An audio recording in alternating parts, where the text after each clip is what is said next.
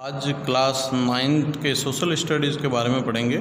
Social studies में जैसे आपको पिछली क्लासों में पढ़ा है कि इसमें कैटेगरी जो होती है वो 4 कैटेगरी होती है। जैसे हिस्ट्री, ज्योग्राफी, पॉलिटिकल साइंस और इकोनॉमिक्स, ये 4 कैटेगरी होती है। इसमें सबसे पहले जो है आज हम शुरू करेंगे वो है पॉलिटिकल साइंस में what is democracy and Y democracy. इसमें मैं सबसे पहले आपको जो है डेफिनेशन के बारे में बताऊँगा कि किस प्रकार से डेमोक्रेसी का मीन्स होता है, डेमोक्रेसी का जो वर्ड है वो कहाँ से ट्रेस हुआ है, डेमोक्रेसी का मेन मीन क्या है, उसके बारे में डिटेल में आपको सारी इन्फॉर्मेशन उस डेफिनेशन के अंदर दिया हुआ है। वो नोट्स जो है आपको प्रोवाइड किया जाएगा और उस नोट्स को आपको राइट करना है। बुक से हम ज़रूर देखेंगे, लेकिन जो मेन बेसिक्स है, क्योंकि बेसिक्स के अकॉर्डिंग हमें आगे बढ़ना है, क्योंकि उसको बेसिक्स कंप्लीट नहीं होगा तो हम आगे जो बोर्ड के लेवल की प्रिपेयरिंग हो नहीं पाएगी। तो अभी जैसे आपको जो भी ट्रांसफ़र किया जाता है उस डेफिनेशन को राइट करना है नोट्स के रूप में। जैसे डेमोक्रेसी के बारे में है तो डेमोक्रेसी के नोट्स के बारे में हम बताएंगे, तो उन नोट्स को आपको कंप्लीट करना है और उसकी डेफिनेशन जो है वो प्रॉपर आपको राइट करके उसको नोटबुक में उतारना है और उसके कुछ जो आंसर वगैरह जो है आपको दिए जाएंगे वो आंसर भी आपको करने हैं। तो इस प्रकार से कि जो सोशल स्टडीज़ है उसमें से हम एक एक चैप्टर जो है राइट करेंगे और उसके बारे में पढ़ेंगे कि भाई कौन कौन सा जो चैप्टर इम्पोर्टेंट। जैसे डेमोक्रेसी के बारे में जैसे ये नोट्स है, तो इस नोट्स में जो भी आपको डेफिनेशन पढ़ाई जाएगी वो आपको ध्यान में रखना है। आज क्लास 10th के सोशल स्टडीज़ के बारे में पढ़ेंगे और सोशल स्टडीज़ में हमें पता है कि हमेशा इसकी 4 कैटेगरीज बनी हुई होती है, जैसे हिस्ट्री, पॉलिटिकल साइंस, इकोनॉमिक्स और ज्योग्राफी। ये 4 कैटेगरी में डिवाइडेड है सोशल स्टडीज़। तो आज हम सबसे पहले सिविक्स के अंदर पढ़ेंगे जो चैप्टर नंबर 5 है डेमोक्रेसी, कि लोकतंत्र क्या है। डेमोक्रेसी के बारे में आजकल हम सब जगह देखते हैं कि इलेक्शन होते हैं, सरकार बनती है, वोटिंग होती है, किस तरीके से जो पॉलिटिकल लीडर अपना वर्क करते हैं। तो आज सबसे पहले हमें जो उसका जो मेन रूट है पॉलिटिकल साइंस की, कि democracy, without democracy we can not image political science. तो first we study about the democracy. तो डेमोक्रेसी ट्रेस, अब जैसे हम पढ़ रहे हैं कि डेमोक्रेसी, ये डेमोक्रेसी वर्ड आया कहाँ से, तो ये सबसे पहले पढ़ेंगे हम कि democracy traces back to Greek language. ये ग्रीक लैंग्वेज से निकला हुआ है और ग्रीक लैंग्वेज में जो डिमोस और क्रेटिया, ये 2 वर्ड हैं जिससे ये बना है। डिमोस का मतलब होता है पीपल और क्रेटिया का मतलब होता है पावर और रूल। जिस टोटली उसका जो मीन्स होता है वो पीपल पावर होता है। And in Hindi language we call लोकतंत्र, और इसको हम हिंदी में अपने लोकतंत्र के रूप में भी जानते हैं। इसको लोगों का तंत्र, लोगों के शासन। जैसे हमने अब्राहम लिंकन की जो डेफिनेशन पढ़ी है, by the people, for the people, to the people, कि लोगों के द्वारा लोगों के लिए लोगों का शासन, इस तरीके से हमने उसमें पढ़ा भी है। अब अगली जो डेफिनेशन है, ये जनरली जो अब्राहम लिंकन की डेफिनेशन हर कोई लिखता है, लेकिन हमें बोर्ड एग्ज़ाम के हिसाब से थोड़ा अलग डेफिनेशन हमें राइट करनी चाहिए।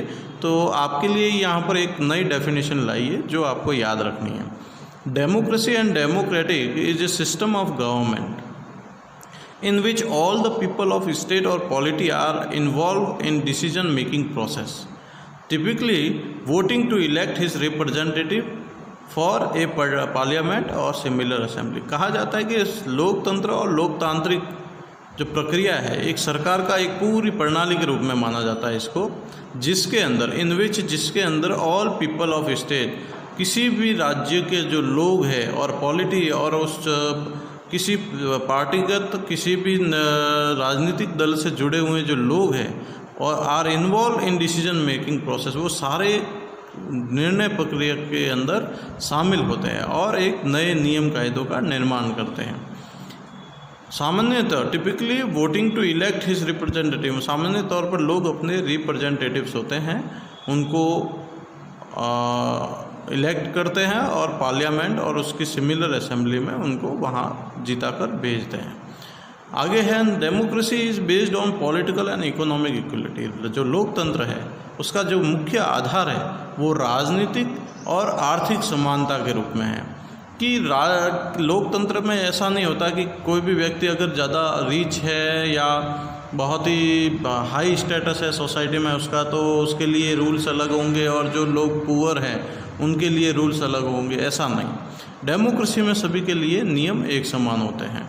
आगे हम देखेंगे in democracy all the people whether rich and poor.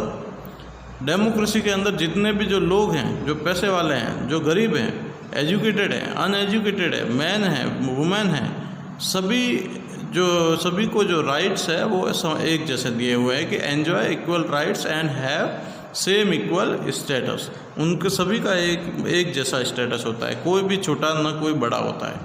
In democracy ruler are not free to do something what they like. Democracy के अंदर ऐसा कोई भी चीज़ नहीं है कि जैसे मान लो नरेंद्र मोदी अपने मर्जी से कोई काम नहीं कर सकता, उसको कोई भी काम करना है तो नियमों के अंतर्गत, एक संविधान के अंतर्गत काम करना पड़ेगा।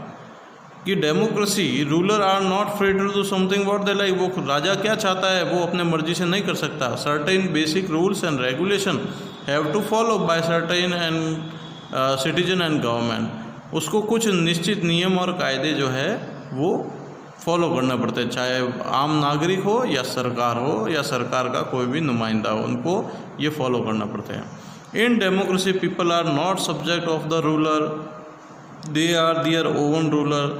डेमोक्रेसी के अंदर कोई भी राजा के लिए, मतलब जो भी कहा जाता है कि लोग अपने राजा खुद है, राजा ये तय नहीं करेगा डेमोक्रेसी के अंदर कि वो लोगों का भला कर सकता है। लोग अपने लिए खुद काम करते हैं, वो अपने लिए रिप्रेजेंटेटिव सेलेक्ट करते हैं। तो ये आपको नोट्स राइट करना है, इसकी PDF आपको मिलेगी। तो आपकी जो नोटबुक है उसके अंदर डेमोक्रेसी की डेफिनेशन लिखनी है। उसके बाद डेमोक्रेसी के जो आपको अलग अलग फॉर्म मिलेंगे कि वर्ल्ड में किस प्रकार से डेमोक्रेसी का फॉर्म बना हुआ है। कि in democracy world there are 2 forms of government. 2 type की जो सरकार है वहाँ पर पूरे वर्ल्ड में। एक यूनिटरी फॉर्म ऑफ गवर्नमेंट जो आपको चाइना, USA और जो अलग अलग ऐसे जो देश है जो 1 पार्टी और 2 पार्टी सिस्टम होता है, वहाँ पर आपको ये मिलेगा। सेकंड है फेडरल फॉर्म ऑफ गवर्नमेंट। ये फेडरल फॉर्म ऑफ गवर्नमेंट वहाँ होता है जहाँ पर एरिया बड़ा होता है और पॉपुलेशन सबसे हाई होती है, और पॉपुलेशन में डाइवर्स पॉपुलेशन ज़्यादा होने के कारण वहाँ पर ये फेडरलिज्म गवर्नमेंट होती है। जैसे इंडिया बहुत ही डाइवर्स कंट्री है, यहाँ पर हर एक प्रकार के लोग रहते हैं, हर जाति के, हर धर्म के, हर अलग अलग कल्चर के लोग रहते हैं। तो ऐसे देश में फेडरल गवर्नमेंट चलती है, जैसे इंडिया और स्पेन एटसेट्रा। तो ये आपको ध्यान में रखना है कि फेडरल फॉर्म ऑफ गवर्नमेंट कहाँ पर होती है और यूनिटरी फॉर्म ऑफ गवर्नमेंट कहाँ पर होती है। नेक्स्ट है यूनिटरी फॉर्म ऑफ गवर्नमेंट। इसको डिफाइन करते हैं कि जब इसका पावर डिस्ट्रीब्यूशन होता है तो कॉन्स्टिट्यूशन सबसे ऊपर होता है, वो पावर सीधा सेंट्रल गवर्नमेंट को देता है। इसमें यूनिटरी फॉर्म ऑफ गवर्नमेंट और फेडरल फॉर्म ऑफ गवर्नमेंट में एक ही जो डिफरेंस है कि यहाँ पर यूनिटरी फॉर्म में पावर सेंट्रल को मिलता है और सेंट्रल फिर छोटे छोटे जो स्टेट्स हैं उनको पावर फॉरवर्ड करती है। तो यहाँ पर पावर का सेंट्रलाइज है, देखेंगे इसमें पावर का सेंट्रलाइज है, सभी को सेंटर के अकॉर्डिंग चलना पड़ता है इस यूनिटरी फॉर्म ऑफ गवर्नमेंट में। जबकि फेडरल फॉर्म ऑफ गवर्नमेंट में जो कॉन्स्टिट्यूशन पावर है ना, वो सभी स्टेट और सेंट्रल को एक समान दे रहा है, जिसमें कहा जाता है कि यहाँ पर डिसेंट्रलाइजेशन है पावर का, विकेंद्रीकरण कहते हैं इसमें, कि यहाँ पर पावर का डिसेंट्रलाइज है जिसमें हर एक इंस्टीट्यूशन अपना जो स्पेशल पावर रखता है कि in this system power distribution like decentralize. ये डिसेंट्रलाइज के रूप में हो जाता है और ये सेंट्रलाइज के रूप में रहता है। तो in democratic country there are 2 types of government. अब जब वर्ल्ड की बात की तो हमने यहाँ पर फॉर्म ऑफ गवर्नमेंट के बारे में पढ़ा था। अब हम पढ़ रहे हैं कंट्री के अंदर किस प्रकार की सरकारें होती है, किस तरीके से वो डिवाइड करते हैं। तो in democratic country there are 2 types of government. Union government जिसको सेंट्रल गवर्नमेंट भी कहते हैं और स्टेट गवर्नमेंट। जैसे अपने इंडिया में भी अपन देखते हैं कि हमारे यहाँ सेंट्रल गवर्नमेंट भी है और स्टेट गवर्नमेंट भी है। तो हर देश के अंदर इस प्रकार की सरकारें होती है, 2 प्रकार से। और वर्ल्ड में ये फॉर्म्स है गवर्नमेंट के, जो यूनिटरी फॉर्म्स जो 2 पार्टी सिस्टम या 1 पार्टी सिस्टम में चलते हैं, और फेडरल फॉर्म जो है मोर देन 2 पार्टी या मल्टी पार्टी सिस्टम के रूप में भी चलते हैं। नेक्स्ट इसी के आगे अपन पढ़ रहे हैं कि in democracy there are 3 types of organs of government. Democracy के अंदर यहाँ पर 3 टाइप्स के ऑर्गन हैं। ये सबसे इंपॉर्टेंट क्वेश्चन है जो बोर्ड में हमेशा पूछा जाता है कि how many organs of the government. तो हमें ये याद रखना है कि लेजिस्लेटिव, एग्जीक्यूटिव और जुडिशरी, ये 3 टीयर्स है। किसी भी गवर्नमेंट में, किसी भी देश में, किसी भी कंट्री में कोई कॉन्स्टिट्यूशन अगर सेटअप है, डेमोक्रेटिक सिस्टम है, तो वहाँ पर ये 3 ब्रांचेस, 3 ऑर्गन्स होंगे जो उसको सेटअप करते हैं, जिसको लेजिस्लेटिव भी कहते हैं, एग्जीक्यूटिव भी कहते हैं और जुडिशरी कहते हैं। लेजिस्लेटिव जो होती है वो असेंबली के रूप में होती है, जहाँ लोकसभा, राज्यसभा वर्क करती है। और एग्जीक्यूटिव जो होता है वो प्रशासनिक विभाग होता है, जिसको एडमिनिस्ट्रेशन कहते हैं, जिसमें IAS वगैरह जो है वो काम करते हैं। और जुडिशरी के अंदर जितने भी जो supreme court, high court, session court और डिस्ट्रिक्ट कोर्ट के रूप में जो होती है और लोकल कोर्ट होती है, वो सारी इसके अंदर आती है। तो यहाँ पर हम इसको डिफाइन करते हैं कि लेजिस्लेटिव है वो लोकसभा और राज्यसभा, असेंबली जो होती है वो लेजिस्लेटिव के अंदर आती है, इसको कार्यपालिका भी कहते हैं। और एग्जीक्यूटिव वो जो होती है व्यवस्थापिका जी, उसको जो सारे काम को देखती है और उसको काम को फॉरवर्ड करती है, जिसमें प्राइम मिनिस्टर होता है, वाइस प्राइम मिनिस्टर होता है, प्रेसिडेंट होता है, वाइस प्रेसिडेंट होता है और काउंसिल ऑफ मिनिस्टर्स भी होते हैं, COM। और यहाँ पर पॉलिटिकल इसको एग्जीक्यूटिव को 2 भागों में बांटा गया है। एक ऐसा क्वेश्चन भी आ सकता है कि how many parts of the executive. तो यहाँ पर 2 टाइप्स ऑफ एग्जीक्यूटिव है, पॉलिटिकल एग्जीक्यूटिव और परमानेंट एग्जीक्यूटिव। पॉलिटिकल एग्जीक्यूटिव में जितने भी जो लीडर्स वगैरह जो है, प्राइम मिनिस्टर और ये प्रेसिडेंट और COM जो है, जो इनका जिन एग्जीक्यूटिव्स का जो टाइम पीरियड फिक्स है, जो फिक्स टर्म्स के लिए है, जैसे 5 साल के लिए, 6 साल के, वो सब इसमें आएंगे। और परमानेंट एग्जीक्यूटिव जिसमें IAS अफसर से, पियोन से लगाकर IAS अफसर तक जितने भी जो सरकारी जो सिविल सर्विस करने वाले जो लोग होते हैं वो सारे इसमें आएंगे।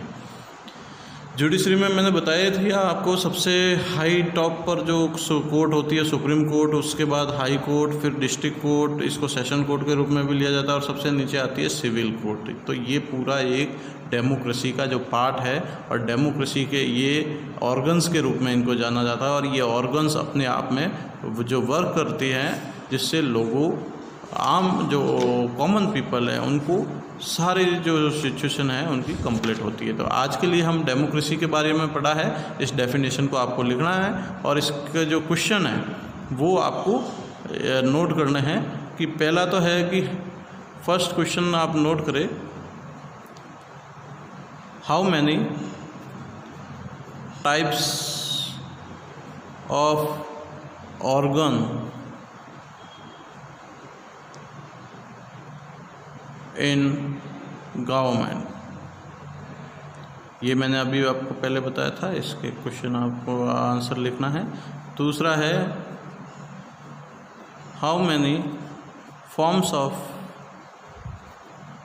गवर्नमेंट